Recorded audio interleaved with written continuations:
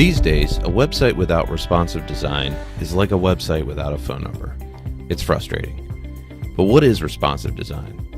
Responsive design means it's a website using a grid structure and CSS queries such that the layout responds to the device on which it's being used. Well, what does that mean?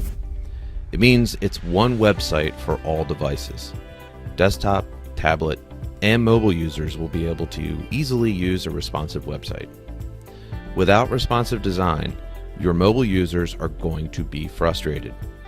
So, what portion of your audience is frustrated? Of course, all of your traffic isn't coming from mobile, but I can guarantee you that these numbers are tilting that way. And if you do not have a mobile-friendly site, you will not rank as well or at all in mobile searches on Google. You can see in the screenshot from a client's analytics that mobile and tablet users outnumber their desktop users, and those numbers keep growing. To find out your numbers, you can go to Audience and then click Mobile in your Google Analytics. Remember, this is one site. In these screenshots of our website, you're seeing the mobile and tablet breakpoints. This means that users on these devices will be delivered content in an interface dictated by the size of their screen. In other words, a responsive website is coded to know what device you are on and which layout to present. Again, this is one website. We don't have a mobile website or a tablet website. We have one website that adjusts based on how it's being used. It responds.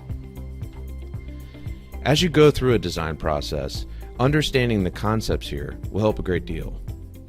Mobile first means designing mobile layouts first and then tablet and desktop breakpoints. If you have a large mobile audience, say larger than desktop, you might want to design for mobile and then sort of work backwards to tablet and desktop. Breakpoints are the resolution where the layout changes. Usually at mobile it's 320 pixels by 480 pixels, tablet it's 768 by 1024, and desktop is anything 1024 and above. Target size is the size of a link or a call to action. So for mobile, it's around 40 pixels high and 40 pixels wide, about the size of a thumbprint.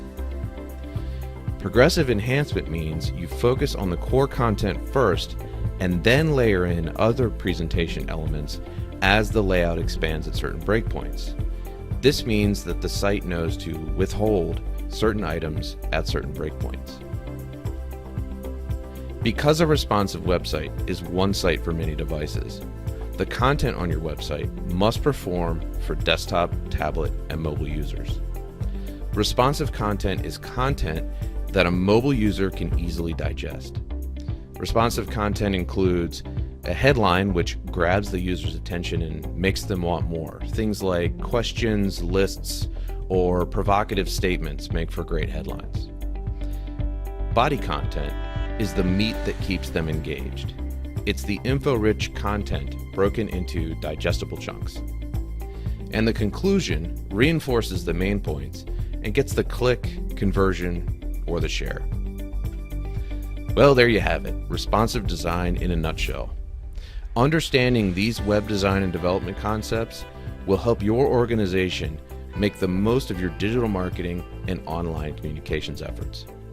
If you have any questions or want to talk to us about responsive design, give us a shout.